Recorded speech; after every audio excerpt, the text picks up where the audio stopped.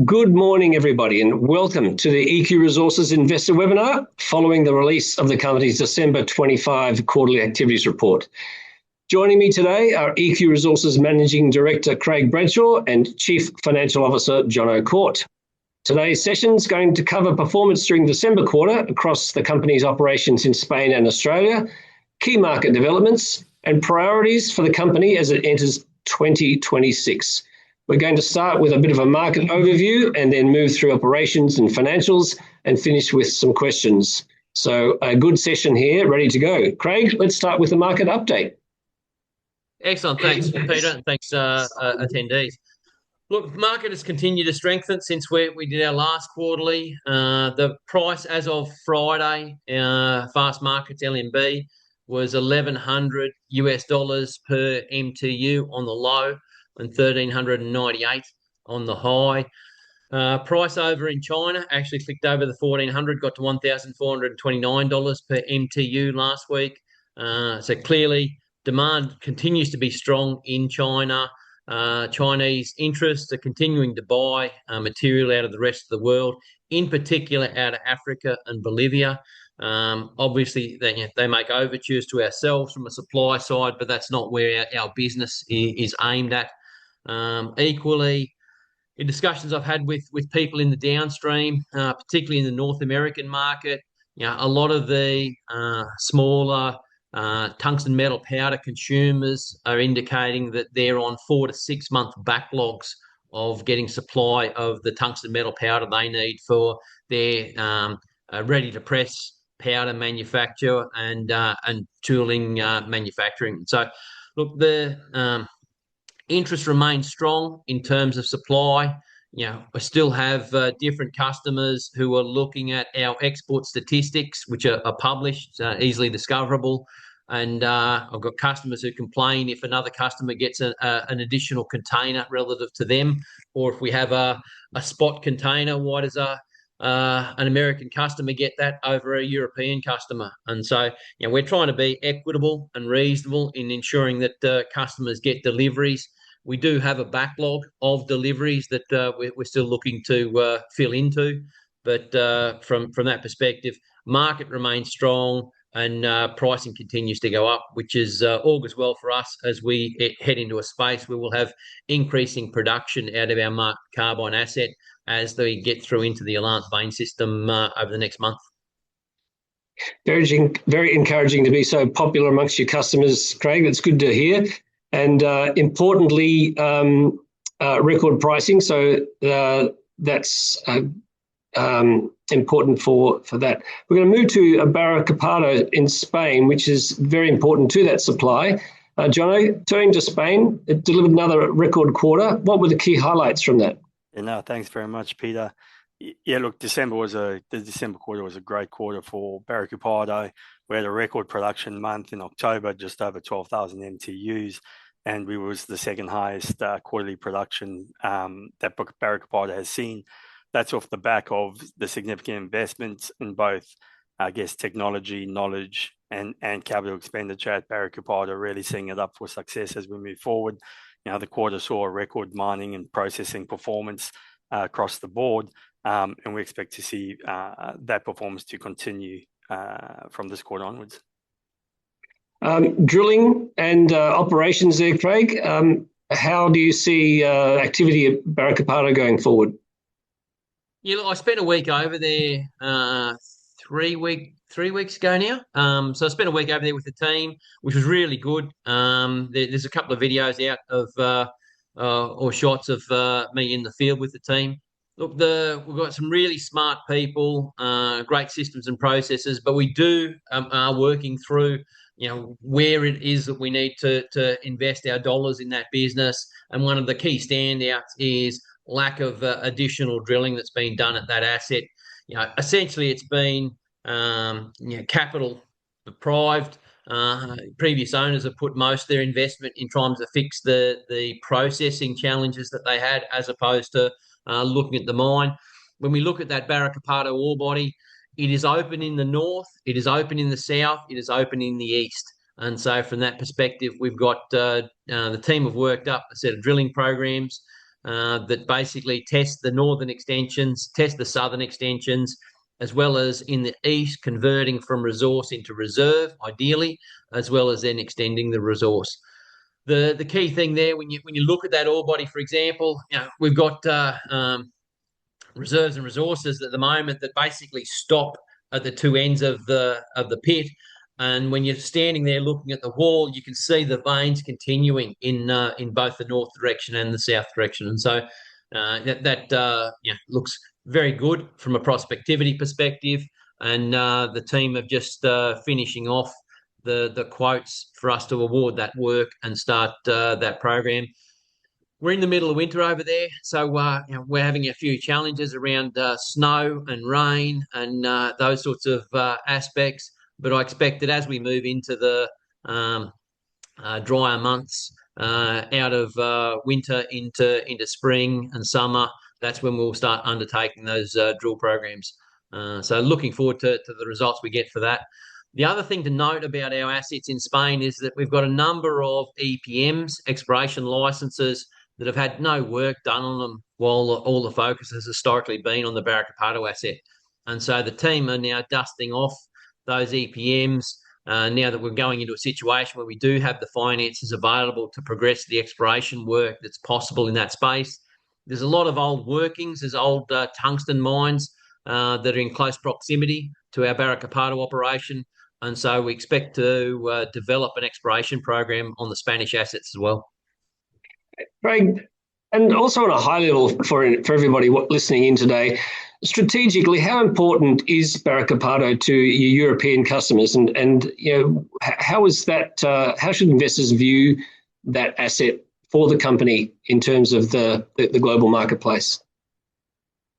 Yeah, look, there's really only two operating assets in Europe at the moment, right? And so, or within the EU. There's our asset Barruecopardo, and not far from that, just over the border, is the Iolanthe asset at Penasqueira in Portugal. I think they did about 500 tons WO3 contained last year. We're doing in the order of 330 tons a quarter through our asset in Spain, and that 330 tons is short of where I think we should be running at that asset. I think that asset should be hitting the 360 to 400 tons, 420 tons a quarter, if we get everything right the way it should be. And that's from getting asset utilization, availability up, asset utilization up, and then getting all of the different modifications we've made in the plant working correctly in sequence. At the moment, we're still having challenges getting all the sequencing right. Some days we'll get a recovery of 68, other days we'll be back around at 62. It's still a long way better than where the asset was under previous ownership, where they were running around 40, 45, but it's still short of our expectations, where that asset should be running continuously in that 65 to 71% with the improvements we've made. There's been some great improvements since we picked up Barruecopardo, and similarly, our Australian asset, the great Mount Carbine, is about to hit its straps. Jono, it had a significant increase during the quarter. What drove the step up for Mount Carbine? Thanks, Peter. I think, again, we're starting to transition into a more stable period at Mount Carbine. There's been significant focus on that South Wall cutback, as well as ramp development. At the end of December, we had approximately 650,000 tons to move to access the Iolanthe vein or completely open it up, of which, of that 650, there was 250,000 to start to access that ore body. So off the back of that, there's been substantially or record quarterly tons blasted and extracted. So the move to 24/7 in November and getting our kit up to standard is really starting to pay off there. During the season as well, or during the quarter, we started the Mount Carbine Stage 2 expansion work, so we've restarted looking at that. And to date, fortunately, we've had no significant impact from the wet season. And on Mount Carbine, Craig, there's been a lot of interest in Iolanthe and getting stuck into it. Where does this sit today? Can you talk a bit more about the activities around the operations on Iolanthe? Yeah, well, funnily enough, as of last week, we were sitting on top of the Iolanthe vein system at Carbine, and so there are some photos that are being worked through our investor relations team that have got the mining team, processing team actually standing on top of the vein system, pointing at it. We won't. It'll still take us another a week or two to uncover that end of it where we are and get a blast into it. I don't expect to be feeding that ore into the process plant until around the third week in February. But it's the positive is we actually have uncovered that vein system. We're standing on top of it, and so we will start feeding that in to the processing plant late February, and do expect it to be around 50% of the feed going into the plant in March as we progressively get it blasted and ongoing development phases delivering ore into the process plant. So positive is that 250,000 tonnes that Jono was talking about we needed to move to get access. We've moved that. We're actually on top of the Iolanthe vein system at one end, and we will start progressively mining that and feeding into the plant from now on. So great outcome. A lot of work's gone into getting us there over the last 3-4 months. Having gone owner miner, we're now hitting, as Jono pointed out, record tons drilled, record meters drilled, record tons blasted, record tons excavated, and we're still not where I think we should be. And so it's a case of we've got ongoing opportunity for improvement, but key thing is we'll start feeding that ore into the plant in February. So the two main assets humming along nicely. And at a last webinar, you spoke about broader development opportunities such as Wolfram Camp and other downstream and value opportunities. Can you discuss a bit more about those topics? Yeah, look, I mentioned before what we were doing at Barruecopardo in terms of drilling. We've got the same opportunities at Carbine, and so when I look at Carbine, we've got the Carbine asset itself and the exploration licenses around Carbine. Similarly, the organisation, we haven't had the money or the funding to do additional drilling in that space. There's near surface targets that are connected to the existing ore body that have been identified. Geochemistry work's been done, but no follow-up drilling's been undertaken. So we're at the moment in the market negotiating a drilling contract. We will look to undertake additional drilling at the Carbine asset itself over the next 2 quarters. Beyond the Carbine asset, and best bang for our buck is to get additional reserve or material in the mine plan that is near surface extensions at the Carbine asset that obviously need to have good grade continuity, but we think we've got some solid targets in that space, and that's then inside an existing mine license, close to the existing processing plants. That's best bang for our buck. Down south at the Wolfram Camp asset, it's been held up as a result of the flooding through North Queensland. We don't expect to be able to be back on the ground there until around probably March, April. Could be as late as May, but we have a exploration program that's been mapped out that will be undertaken there. We've got 5 high priority targets aside from the old mine workings and the waste dumps themselves that we'll be looking to undertake further work.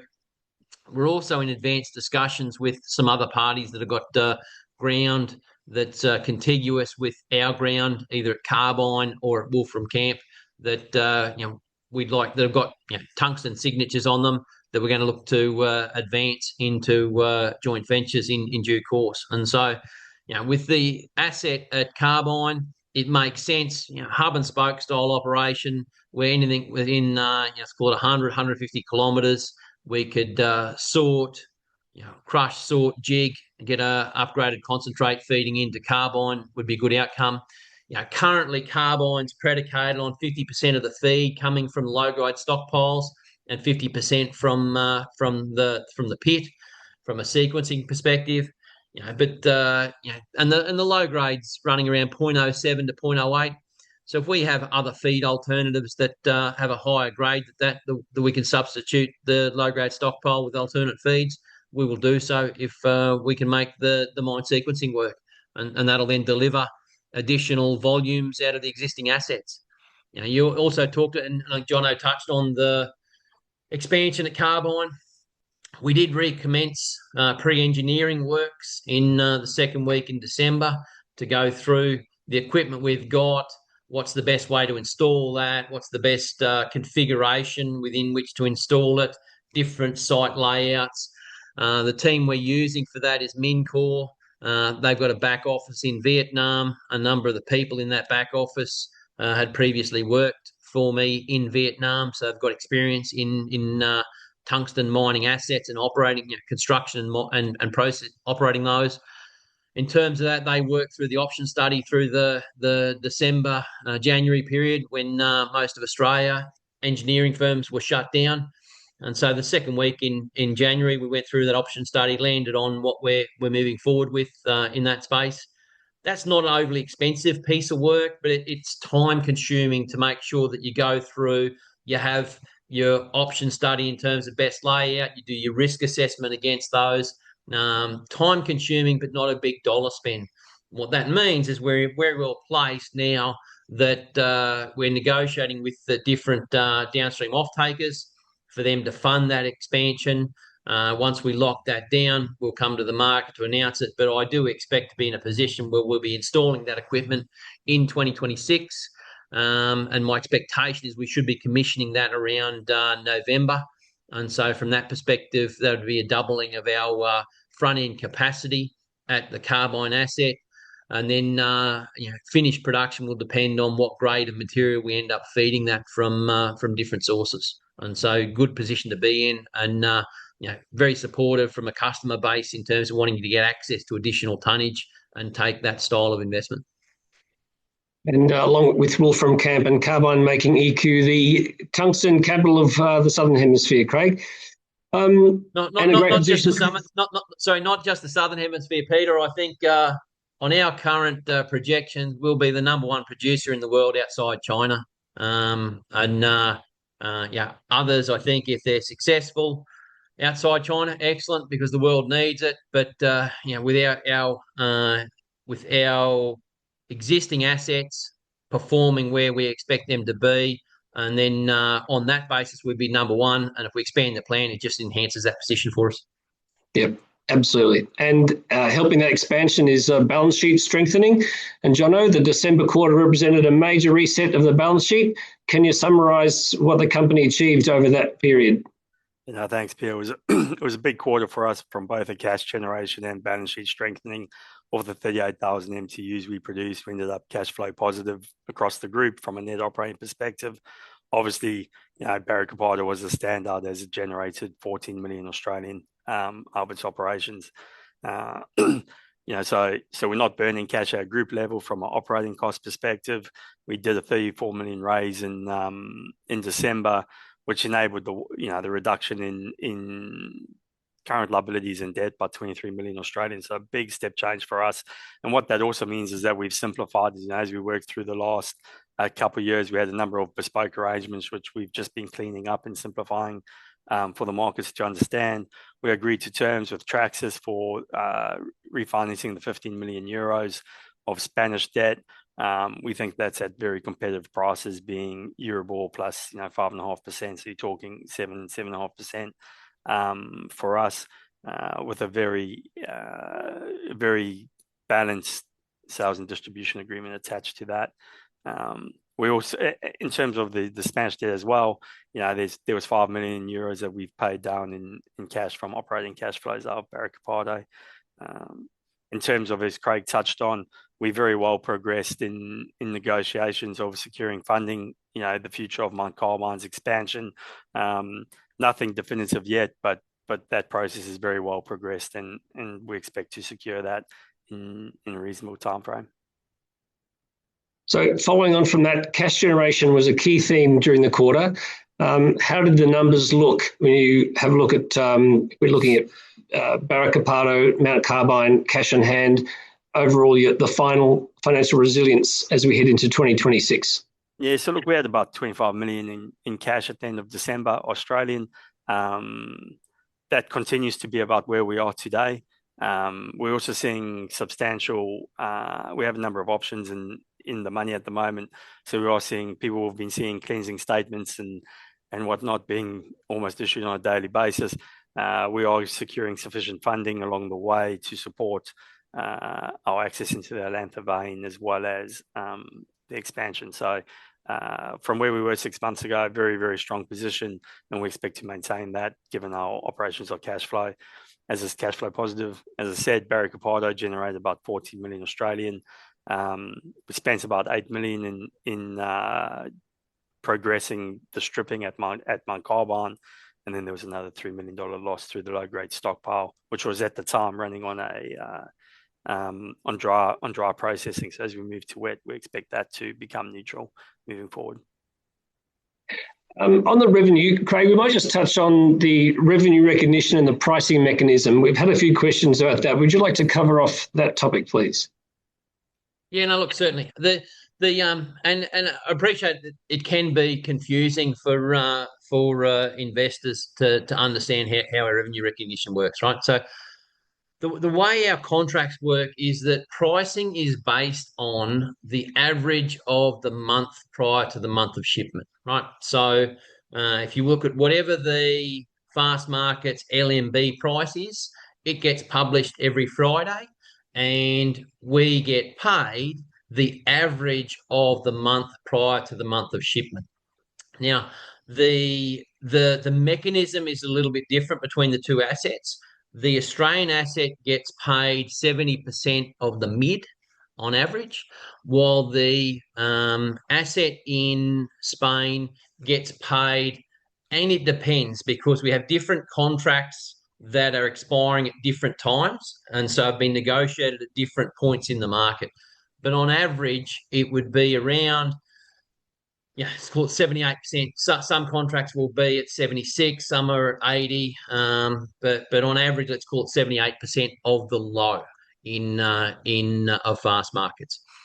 The other aspect, when people are looking at our cash flow statement, and we are trying to provide, or we are providing more information in our quarterlies so that it makes it more easily understandable and decipherable for investors and institutions to understand our numbers. But from a cash flow statement perspective, we get paid 90% 14 days after shipment, or 14 days after bill of lading. But we don't get the final payment until around 30 days after arrival at customer's premise. And so, if you like, depending on the shipping time frame and then the 30 days after arrival, we might be getting paid that final 10% based on a price 4 months after the event, right? And so then if you're comparing on a month or a quarter what the realised price is versus the spot today, it will look out of whack, right? But fundamentally, we get paid the price on the average of the month prior to month of shipment, but we receive cash 90% 14 days after shipment, and the final 10% 30 days after arrival at customer site. Different contracts will be slightly different, but as a general rule, that's how it works, right? And so that's where, when you're looking at cash flow statements, the price back calculation can be a little bit misleading because of timing of those differences. I think the other thing that people have asked about is, can we issue on a quarterly basis more along the lines of an accrual-based, income and balance sheet. At the moment, we issue our results in accordance with ASX listing requirements, which is why we do the 4B cash flow, and then we do accounts on a half-yearly and annual basis. As the company moves into a different, we're moving from an exploration developer into a producer. Our requirements for reporting will increase. because our revenues will be over the threshold. And as a result of that, then further information and more complete information will be getting supplied. But we're moving towards that as we speak. Thanks for the explanation. We've had a few questions around that, so it's good to hear how it works. Probably for Jono, but possibly also a question here for Craig. As we discussed the other day, the market cap has cracked through the $600 million mark, so we're getting a lot more inbound interests from offshore companies. How have you seen the interest from investor relations point of view and the market visibility of the company now as a global investment opportunity for those funds looking for critical minerals exposure? Yeah, no, look, it's been a busy January in the share price front. I think as markets started to understand the value that we can bring and potentially the value differential between us and others, we have seen an uptick in interest, informations, and we had several meetings across the globe. I think once we went over the 500 mil cap, that brought in a number of investors into the environment where they could be looking at us as an organization to invest in. And I think through the December quarter, again, people have seen us deliver by and large what we say we're going to deliver, and we'll continue to do that to the best of our abilities. So there's been quite a step change in interest right across from the US, Canada, Europe, and Asia. And then as a result, like we've again given the opportunity to participate in a lot more things.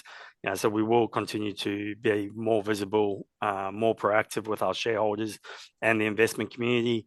As an example, just over the next 3 months, we will be at PDAC with Critical Minerals Queensland. We'll also then be going down to New York to meet the mining club down there, and then also on to Washington. We'll be attending the Euros Rottnest conference in about a month's time. And then we'll also be at the Canaccord Global Metals and Mining Conference in Nevada.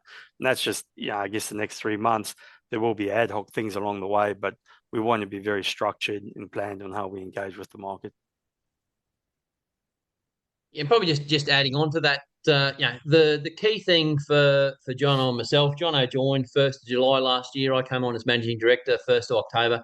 Key thing for us was de-risking the business, right? Solve the liquidity and solvency challenges the organisation had, move the organisation down the path of solving the concerns that people had around governance, and then focus on making sure that the operations are structured so that they can deliver on their production potential and continue to improve in that space. On the back of that, then it's very easy for us to then go to the market, talk about our business, what we're doing, where we're going, because we're not looking over our shoulder in terms of, is the business going to continue to survive? So, for us, it was a case of, and I've talked about this before, get the foundation right, get that solid, then be promoting the business as the China plus one in the tungsten space. And to be honest, it's not even about China plus one anymore.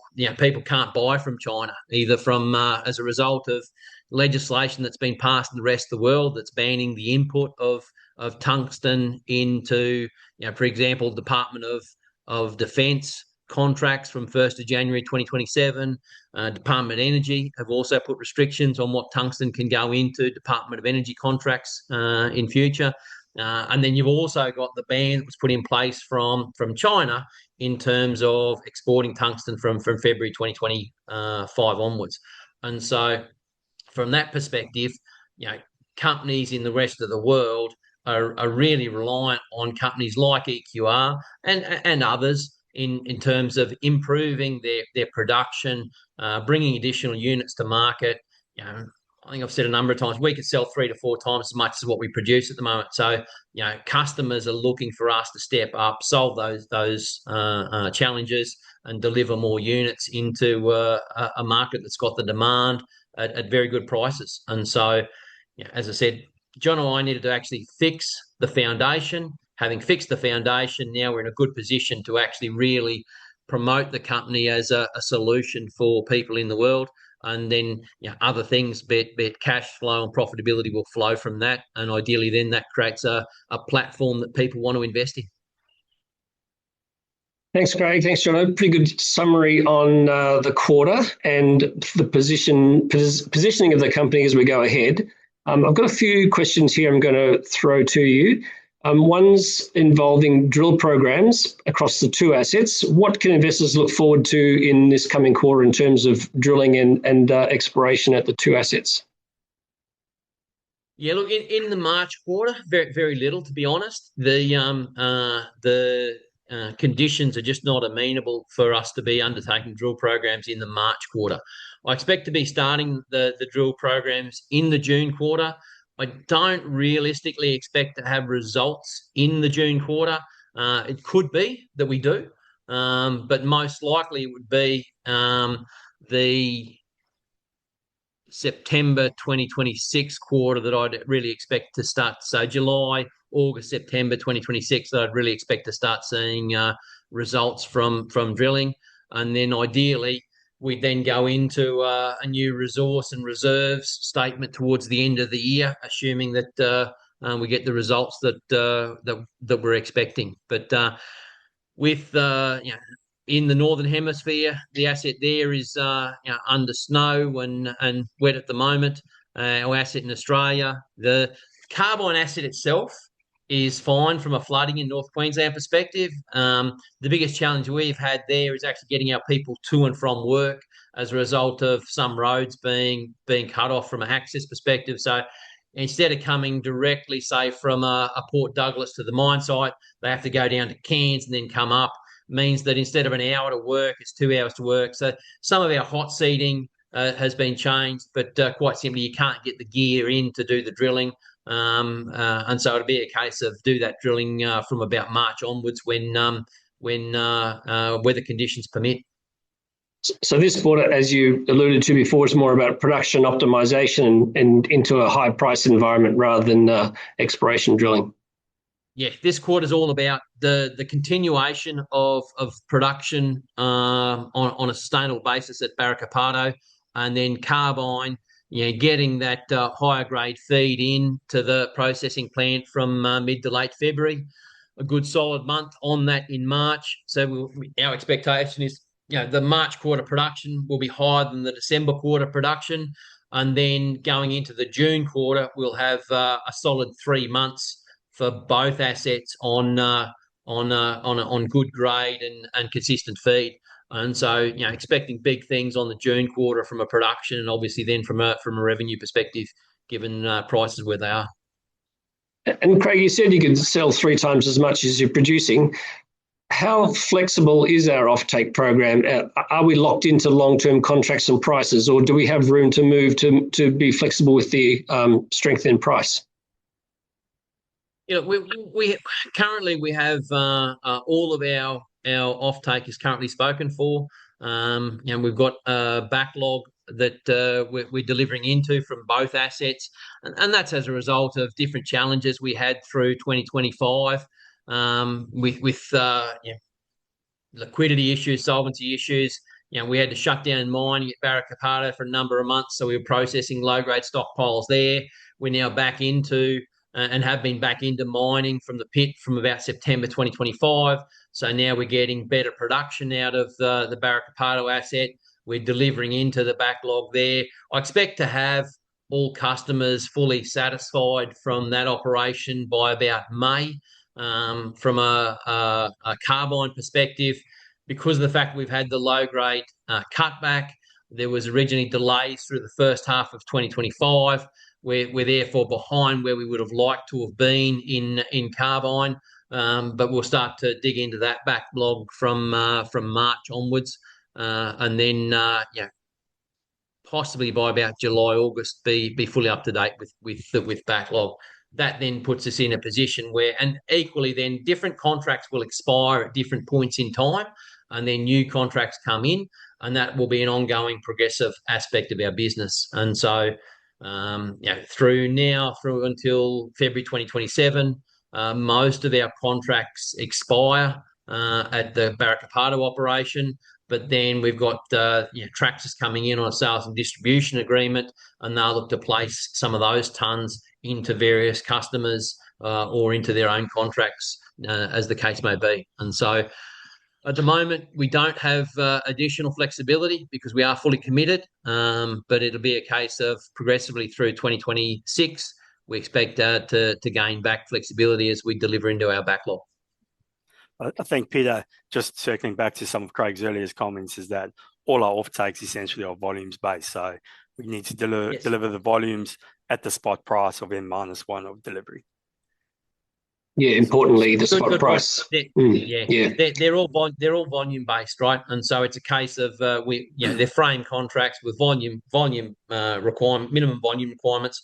So we have to deliver them over a period of time.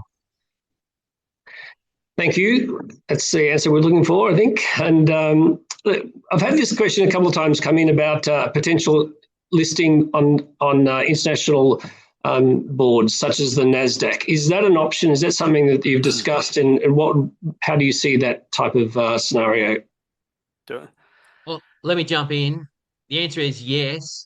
And then I'll throw over to Jono because he's the one who's got to do a lot of heavy lifting to actually make things possible. So, look, it's something we're actively discussing. How do we maximise value for shareholders, right? And that then comes down to ensuring, from an investing perspective, you're making it accessible, investable, clear message, clear understanding of what the business is about, so that people can invest.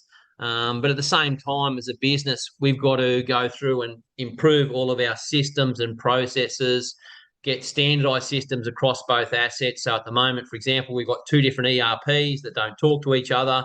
Consolidation then is then a piece that happens on top of that. That's part of what the finance team will be working on this year to actually get that restructured, simplified, so that we can turn numbers and results around much faster than what we currently do. But Jono, you've looked into what a NASDAQ listing would require and can provide more meat on the bone. Yeah, no worries. And yeah, following on from Craig, there's I guess a lot of work to do as we continue to integrate the business.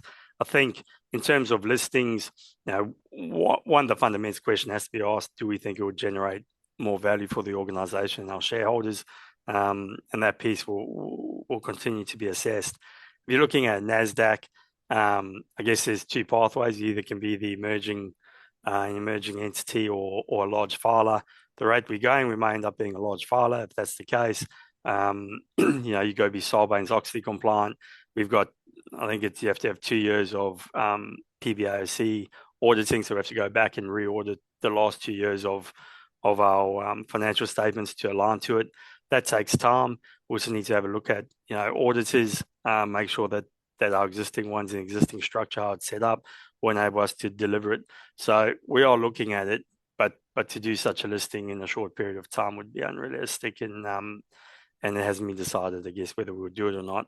But it's something we're looking at.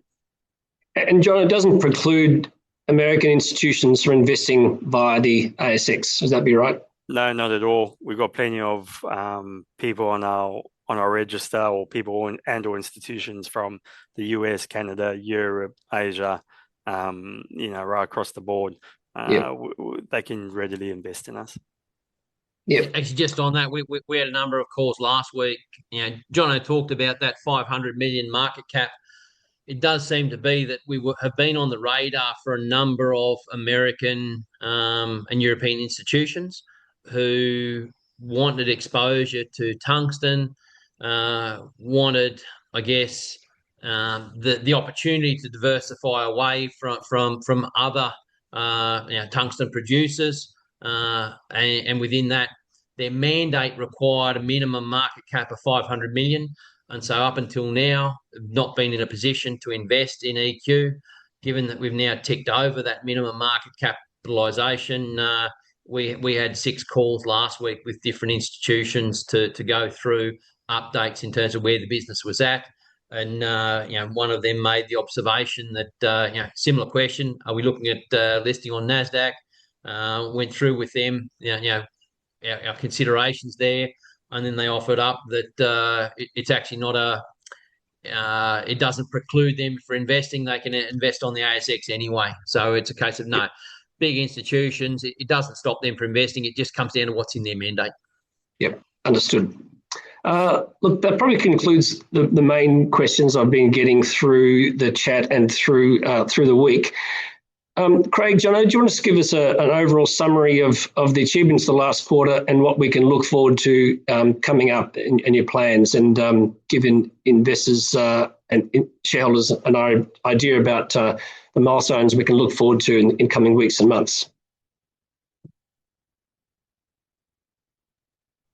Do you want me to say that, Craig? Or?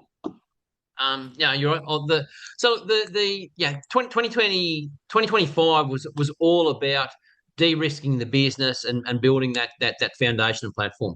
2026 for us is all about ensuring that we've got all the systems standardised, the processes standardised, and then within that, investing back in the business, both from a resource reserve drilling to extend our life from the 8 and 9 years we've respectively got on the assets, continuing to develop that hub and spoke operation that we've talked about over the last 12 months to 2 years, but really putting meat on the bone in terms of what does that actually look like, getting the pieces pulled together to actually act on that over the next few years. Ensure that our assets from a availability perspective, a utilisation perspective, a yield recovery perspective are performing the way they should, that then delivers that 3,000 to 4,000 tonnes per annum production of contained WO3 across the two assets, and then closing the funding on the expansion piece at Carbine, delivering on that without impacting on production out of the Carbine asset over the 12 months, so that as we go into the back end of 2026 and head into 2027, we've got the opportunity to further enhance and grow on that production profile. And in particular, that's delivering into a space where customers are desperate for material.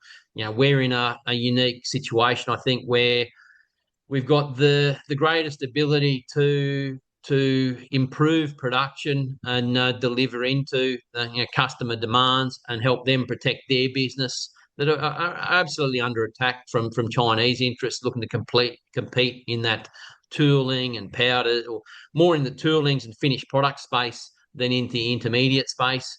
And so within that, it's a symbiotic relationship we've got with customers. We need to make sure they've got material so that they can defend their business and their market share and build that ongoing strategic partnership with them. And so 2026 becomes a big year for us to make sure that we do that. And that then, looking forward to 3 to 5 years, we'll continue to develop our assets into that space, but with a view that 4 or 5 years out, when other projects are slated to come on, we also need to ensure that we've invested such that we remain cost competitive for the duration. Our view of that is that we need to make sure that in 4 to 5 years' time, we're still hitting that 330 to 350 per MTU cost.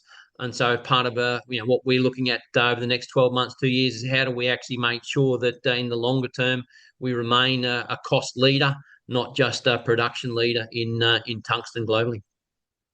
And Jono, importantly, financially, the company is in such a strong position now, provides that foundation to deliver on what Craig's just outlined. Yeah, no, absolutely. I think we're in a very strong position, and we've really been able to de-risk the ability to deliver on what we think we can. And I think, I guess, so I'm just jumping in. I see there's a bunch of Q&As, so cognizant of the time, but we will take a snapshot of those to everybody, and where we feel we haven't answered it adequately in this forum, we'll seek to do so in a short period of time. Yes, I'll just see some of those came through while we were discussing that. More detail on some of the grades and things. I'm going to ask, we've got quite a few here. I'm going to ask people to send through those questions to me at peter@nwrcommunications.com.au, and we'll have those questions answered by Jono and Craig and send them back to you. We're going to finish up here, Jono and Craig. It's been a tremendous year behind us. 2026, we're entering with strong momentum. We've got great operational delivery in Spain, production transition progressing in Mount Carbine, and a very strong balance sheet and a governance framework, which you've both outlined here today. I'd like to thank everybody for joining us, and Craig and Jono for covering all aspects of the quarter and how you see things going forward. We'd like everybody here today to sign up to either at the EQR website or the LinkedIn platform, where we have quite a lot of continuing consistent information flow coming out, which is one of the great attributes of this company, that they're keeping everybody informed about what's going on. We'll have a recording of this webinar available for everybody on LinkedIn and on the website as well. And if any other questions, please send them through to peter@nwrcommunications.com.au, like I suggested. John and Craig, thank you for your update today, and thank you for everybody who joined us. Thanks, Peter, and thanks to subscribers and listeners. I appreciate it, and appreciate investors' patience. Thank you.